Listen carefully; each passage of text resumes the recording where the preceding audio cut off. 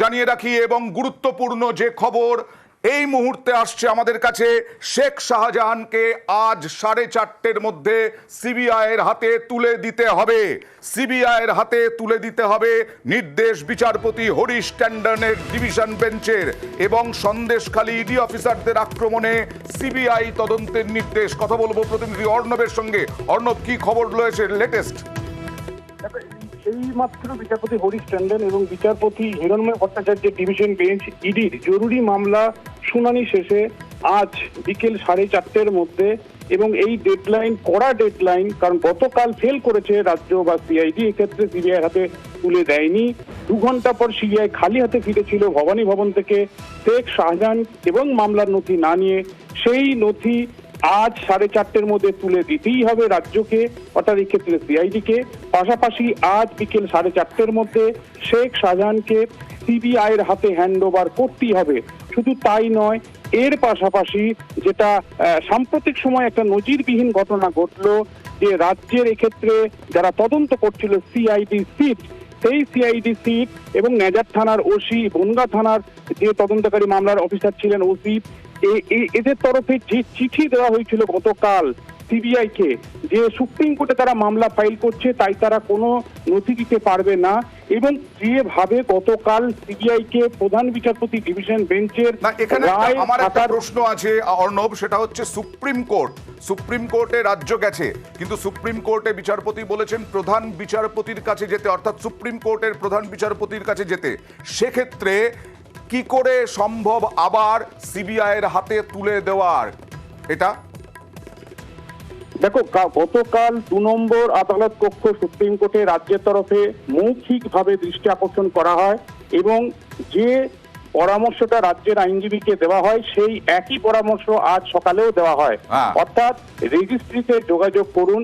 রেজিস্ট্রিতে যোগাযোগ করার অর্থ সুপ্রিম কোর্টে রেজিস্ট্রিতে যাবে, রেজিস্ট্রি এই মামলার ফাইল সেটা পাঠাবে সুপ্রিম কোর্টের প্রধান বিচারপতিকে।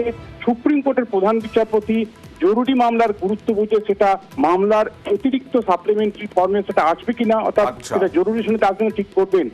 আজকে রাজ্যের অ্যাডভোকেট জেনারেল জানালেন এই মামলা কিছুক্ষণ আগে শুনানি চলাকালীন, তার অর্ডার দেওয়ার আগে, যে কিছুক্ষণ আগে সুপ্রিম কোর্টে এই মামলায় রাজ্যের যিনি অ্যাডভোকেট অন রেকর্ড, তিনি রেজিস্ট্রি অফিস থেকে এই বার্তা পেয়েছেন যে সুপ্রিম কোর্টের প্রধান বিচারপতি রেজিস্ট্রির মাধ্যমে যে তথ্য দিয়েছেন, তাতে আজকে কোর্ট ওঠার আগে এই মামলা কবে লিস্টিং হবে সেটার বিষয়ে তথ্য সুপ্রিম কোর্ট জানাবে। অর্থাৎ আজকে এই মামলা শুনানি হওয়ার কোনো সম্ভাবনা নেই। আর একটি বিষয়, রাত 1:39 অর্থাৎ 5 তারিখ বিকেল 4:30-র মধ্যে সিবিআইয়ের হাতে শাহজাহানকে তুলে দেওয়ার কথা, কিন্তু সেই দিন বিকেল 4:30-র সময়, অর্থাৎ সুপ্রিম কোর্টে মেনশন করছে রাজ্য এসএলপির কথা, কিন্তু সেই এসএলপি দায়ের হচ্ছে রাত 1:39 অর্থাৎ 6 তারিখে। এটাও আজ কলকাতা হাইকোর্ট অত্যন্ত গুরুত্ব দিয়ে বিচার বিবেচনা করেছে। অর্থাৎ সুপ্রিম কোর্টের রুলিং এর ক্ষেত্রে 17 নম্বর যে ধারা, অর্থাৎ সুপ্রিম কোর্টে যে প্রসিকিউশন হয়, সেখানে স্পষ্ট এটা বলা আছে, সুপ্রিম কোর্টের মামলা করা মানি, সুপ্রিম কোর্টে মামলা একটা করে দেওয়া মানি কিন্তু লোয়ার কোর্টের ক্ষেত্রে, অর্থাৎ কলকাতা হাইকোর্ট বা অন্য যে কোনো হাইকোর্টের অর্ডারটা ইনভ্যালিড হয়ে যায় না, বা সেই অর্ডারটা এফেক্ট পায় না, এটা হয় না।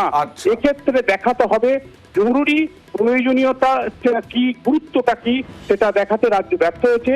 এবং বিচারপতি হরিশ ট্যান্ডন, যেটা তোমার আরো একটু আগে বলছিলাম, অত্যন্ত নজিরবিহীন ঘটনা কেন বলছি, সিআইডি, নেজার থানার অফিসার এবং বনগাঁ থানার অফিসার এবং রাজ্যের সংশ্লিষ্ট সব পক্ষ গতকাল শেখ শাহজাহানকে সিবিআইয়ের হাতে তুলে না দিয়ে প্রধান বিচারপতি ডিভিশন বেঞ্চের রায় মেনে আদালত অবমাননা করেছেন, এই প্রাথমিক মান্যতা হাইকোর্ট দিচ্ছে, এবং এই অভিযোগকে কলকাতা হাইকোর্ট প্রাথমিকভাবে মান্যতা দিচ্ছে। অর্থাৎ আদালত অবমাননায় অভিযোগে বিদ্ধ হলো রাজ্যের সংস্থাগুলি, তাই তাদেরকে 2 সপ্তাহের মধ্যে হলফনামা দিয়ে তাদের এর গুরুত্বপূর্ণভাবে নজরে রাখতে হবে আমাদের, যে শেখ শাহজাহানকে বিকেল 4:30-র মধ্যে সিআইডি তুলে দিচ্ছে কিনা সিবিআইয়ের হাতে।